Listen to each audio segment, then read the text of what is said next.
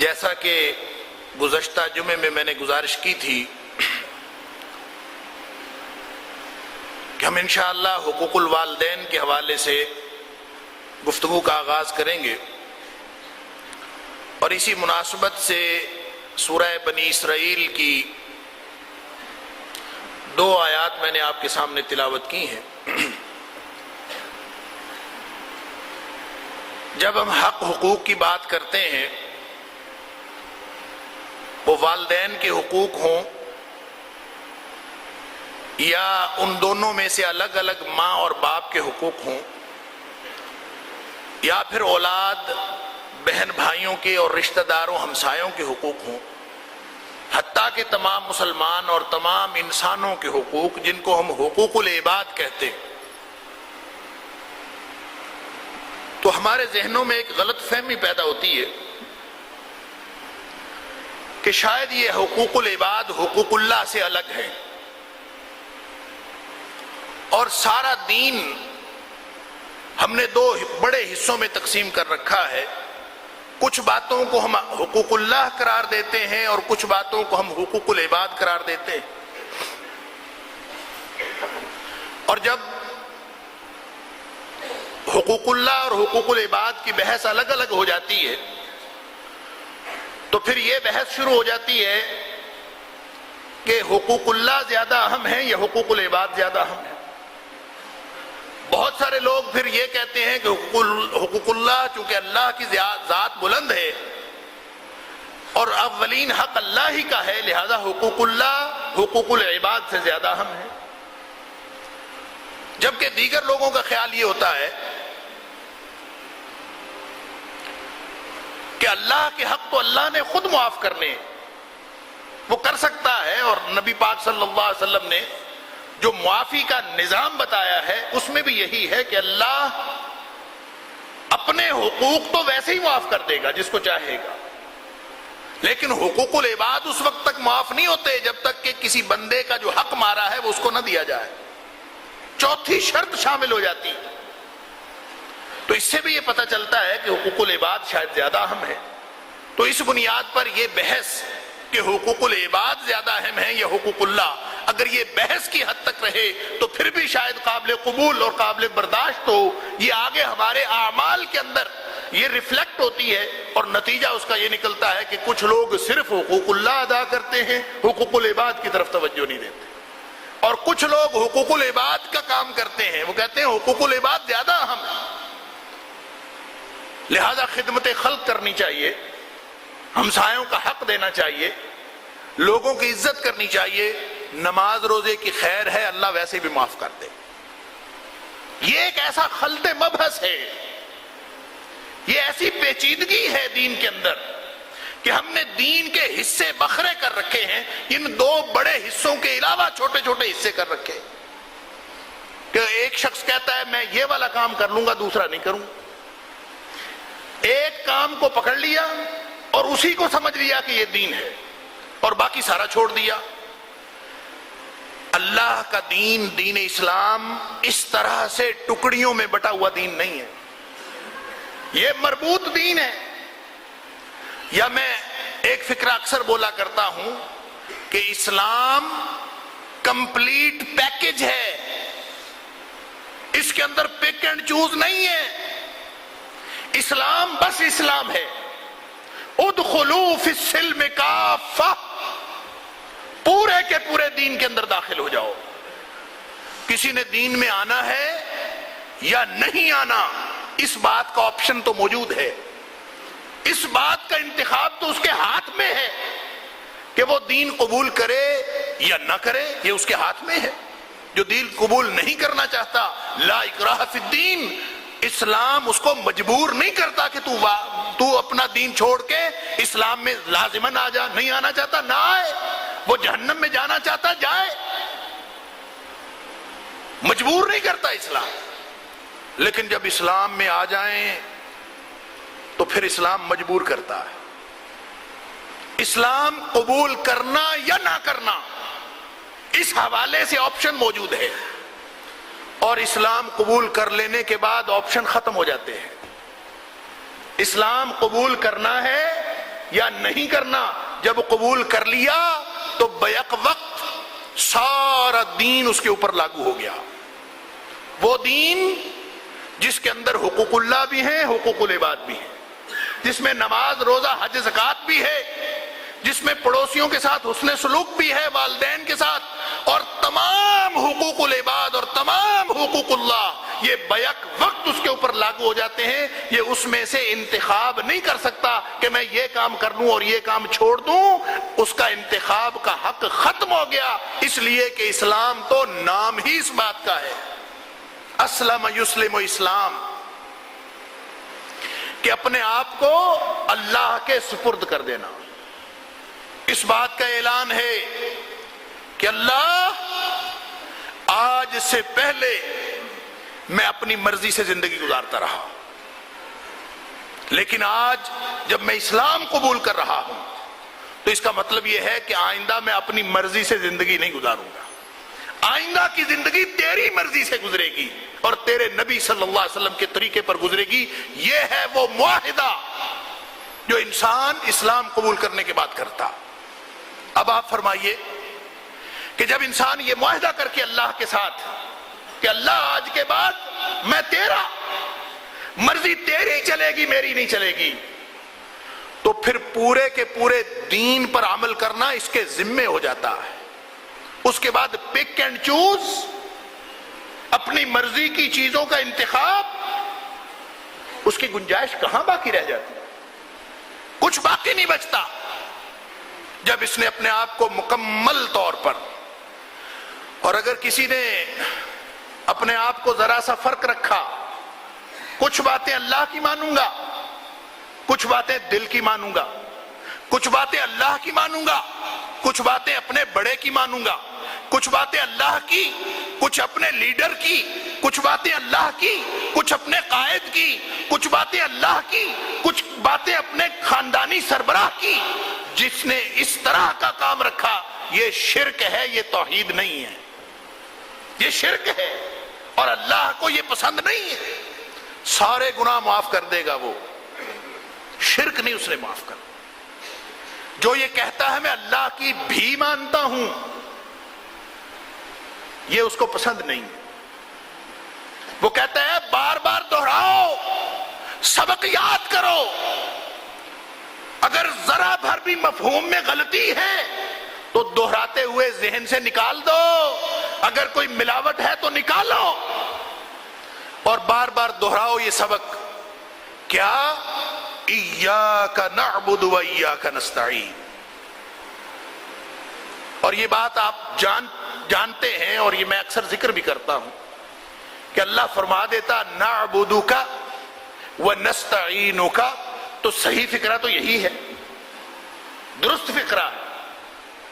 نعبدک و نستعینک، اللہ تیری بندگی کرتے ہیں اور تجھ سے مدد مانگتے ہیں، یہ فقرہ درست ہے. لیکن اللہ نے یہ نہیں فرمایا، فرمایا ایاک نعبد، بندگی بعد میں ہے، تو پہلے ہے. ایاک، صرف تیری، نعبد، ہم بندگی کرتے ہیں. اور یہ عربیت کا جو اصول ہے، اہل علم جانتے ہیں کہ جس چیز کو جو بعد میں آنے والی ہے اس کو مقدم کر دیا جائے تو اس کا مطلب اس کے اوپر سٹریس دینا، زور دینا ہوتا ہے کہ اصل اس پورے فکرے کے اندر جو زور والی بات ہے، جس کے اندر زیادہ جس مفہوم کو نمایاں کرنا مقصود ہے، وہ یہ والا ایاک نعبد، صرف اللہ کی بندگی. ایاک نستعین، صرف تیری بندگی کرتے ہیں، تیرے غلام ہیں اور مدد بھی صرف تجھ سے مانگتے ہیں. اب یہاں پہ اگر یہ توحید کا تصور ذہن میں راسخ ہو جائے تو پھر ایک بات سمجھ میں آتی. وہ کیا ہے؟ وہ یہ ہے کہ حق اس کائنات میں صرف ایک ہے اور وہ اللہ کا ہے. کوئی حق نہیں کسی کا، حق صرف ایک ہے اور وہ ہے اللہ کا. اس کی وجہ ہے کہ جو خالق ہوتا ہے نا، خالق، اسی کا حق ہوتا ہے۔ آپ نے خود کوئی چیز بنائی ہو اپنے لیے، خود بنائیں اپنے ہاتھ سے، ذرا سوچیں تو صحیح، جو ہے آپ کی چیز، خالق اور مالک، جو بھی کسی چیز کا خالق ہو، جو بھی کسی چیز کا مالک ہو، حق اس کا ہوتا ہے، ملکیت کا کوئی حق نہیں ہوتا۔ ملکیت کا تو صرف فرض ہوتا ہے، مالک کا حق ہوتا ہے، ملکیت کا فرض ہوتا ہے۔ کیا؟ کہ وہ ملکیت اس مالک کی بندگی کرے جس نے جس کام کے لیے اس کو بنایا ہے۔ تو اس نے اعلان کیا ہے وَمَا خَلَقْتُ الْجِنَّ وَالْإِنسَ إِلَّا لِيَعْبُدُونَ، انسانوں اور جنوں کو پیدا کیا ہی صرف اس لیے ہے کہ یہ میری غلامی کرے۔ تو پھر اور کوئی حق باقی رہ گیا؟ حق تو بس ایک ہے کہ سارے انسان، ساری مخلوقات وہ ایک اللہ کی غلامی کرے، صرف انسان نہیں، صرف جن نہیں، ساری مخلوقات اللہ کی غلامی کریں۔ تو حق تو اس دھرتی پر، اس کائنات میں صرف ایک ہے، اور وہ یہ ہے کہ ساری ملکیت ہوتی ہی اس لیے ہے کہ وہ مالک کی بندگی کرے، بس، اور کوئی اس کے اندر مقصد نہیں ہوتا۔ اسی لیے اللہ تعالیٰ نے سورہ بقرہ کے شروع میں تیسرے رکوع میں یہی فرمایا تھا، یا ایھا الناس اعبدوا ربکم، اور کائنات کے لوگوں اپنے مالک کی غلامی کرو۔ اعبدوا ربکم، رب کہتے ہیں اس کو جو مالک ہو۔ تو مالک کا حق ہے، جب مالک وہ ہے، ایک اس کا معنی ہوتا ہے مالک، اور دوسرا معنی ہوتا ہے روزی دینے والا۔ اس کا مطلب یہ ہے کہ جو مالک ہوتا ہے اپنی ملکیت کی روزی روٹی کا بندوبست کرنا اس کی ذمہ داری ہوتی ہے۔ رب کی ذمہ داری ہوتی ہے کہ وہ اس کی روزی روٹی کا بندوبست کرے۔ واللہ خیر الرازقین، رزق تو وہی دیتا اور وہی جس کو چاہتا ہے۔ ان اللہ یبسط الرزق لمن یشاء ویقدر، وہ چاہتا ہے تو کسی کا رزق کشادہ کر دیتا ہے، چاہتا ہے تو روک لیتا ہے۔ رب تو صرف وہ ہے، پالنے والا تو وہ ہے، رزق تو اس کے ہاتھ میں ہے۔ مالک بھی ہمارا وہ ہے۔ مالک کی ذمہ داری ہوتی ہے کہ وہ ملکیت کی روزی روٹی کا بندوبست کرے، اور ملکیت صرف اس کو جانتی ہے جو اس کو روٹی دیتا ہے، جو رزق روزی دیتا ہے۔ کوئی نظریہ موجود نہ ہو، حتیٰ کہ نظریہ جاننے والی بھی، نظریے کو پہچاننے والی کوئی ذات بھی آگے نہ ہو، وجود بھی ایسا ہو۔ مثال کے طور پر حیوان ہے، حیوان بھی کس کو اپنا مالک سمجھتا ہے؟ حیوان جس کو نہیں پتا میں کس کا ہوں، میرا مالک کون ہے، کوئی نظریے کو نہیں سمجھتا، اسلام کے نظام کو نہیں سمجھتا، لیکن حیوان ایک بات کو سمجھتا ہے کہ مجھے روزی کون دیتا ہے، جو اس کو چارہ دیتا ہے نا، جو اس کے لیے چارے کا بندوبست کرتا ہے، وہ اسی کو اپنا مالک سمجھتا ہے کہ یہ میرا مالک ہے۔ اور یہی ایک نظام ہے کہ اس کائنات میں واحد حق مالک کا ہے۔ یا ایھا الناس اعبدوا ربکم، اور کائنات کے لوگوں اپنے مالک کی غلامی کرو، یہی واحد حق ہے۔ یہ دلیل کیا ہے؟ الذی خلقکم، ایک تو دلیل یہ ہے کہ تمہارا رب ہے، اس کو تو پہچانو جو روزی دیتا، اور دوسری دلیل یہ ہے کہ اس نے تمہیں پیدا کیا ہے، تمہارا خالق وہ ہے۔ خالق بھی مالک بھی، صرف تمہارا نہیں، تم سے پہلے لوگوں کا بھی خالق وہی۔ اب اس کا مطلب یہ ہوا کہ واحد حق ہے، تو پھر حقوق اللہ ہی رہ گئے، حقوق العباد تو رہ کوئی نہ گئے۔ اس کائنات میں حق صرف اللہ کا ہے اور کوئی حق نہیں۔ اور یہی بات مالک الملکیت والی سورہ یاسین میں ہمیں سمجھائی ہے، ایک مثال دے کے، یہی حیوانات والی مثال دے۔ الم یرو، یہ دیکھتے نہیں، انا خلقنا لهم مما عملت ایدینا انعاما فهم لها مالکون، لوگوں کو جن کو یہ سسٹم سمجھ نہیں آتا مالک اور ملکیت کا، وہ اور یہ حق اور فرض کا سسٹم جس کی سمجھ میں نہیں آتا، اللہ فرماتا ہے وہ یہ اپنے حیوانات کے ساتھ تعلق کو نہیں سمجھتے، اس کو نہیں دیکھتے۔ الم یرو، کیا نظام ہے؟ فرمایا بنایا ہم نے ہے، لیکن مالک تمہیں بنا دیا ہے۔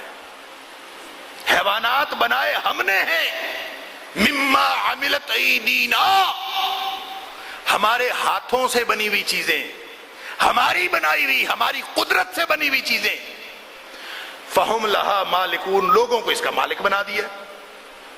اب مالک جب بن جاتا ہے کسی حیوان کا تو پھر وہ اس سے کیا چاہتا ہے؟ اس سے خدمت چاہتا ہے نا۔ وَذَلَّلْنَاهَا لَهُمْ فَمِنْهَا رَكُوبُهُمْ وَمِنْهَا يَأْكُلُونَ، ہم نے ان کی خدمت پر مامور کر دیا، ان کو وہ خدمت کرتے ہیں۔ بندہ جب مالک بن جاتا ہے کسی حیوان کا تو وہ کیا کرتا؟ بندہ مالک بننے کے بعد اور تو کچھ نہیں کرتا سوائے اس کے کہ اس کی چارے کا بندوبست کرتا ہے، اس کے روٹی روزی کا بندوبست کرتا ہے، اس کے علاوہ تو کچھ نہیں کرتا۔ اب اس کا کام ہے باقی سارا۔ وَذَلَّلْنَاهَا لَهُمْ فَمِنْهَا رَكُوبُهُمْ وَمِنْهَا يَأْكُلُونَ، ان کو خدمت پر مامور کر دیا ہے، اسی میں کچھ پر تم سواریاں کرتے ہو، سفر کرتے ہو سواری کر کے، کچھ کو ویسے ہی کھا جاتے ہو، یہ تمہاری خدمت کے لیے ہے۔ کہیں سے دودھ ملتا ہے، وَلَهُمْ فِيهَا مَنَافِعُ وَمَشَارِبُ، کوئی اور فائدے، کبھی اون لے لی، کبھی کھال اتار کے جیکٹ بنا لی، کبھی کچھ کر لیا، کبھی کچھ کر لیا، بہت سارے فائدے، اور اسی سے دودھ بھی پیتے ہو۔ وَمَشَارِبُ افلا یشکرون، شکر نہیں کرتے۔ اب شکر کس کا کرنا ہے؟ جانور خدمت کرتا ہے، جانور فائدہ پہنچاتا ہے،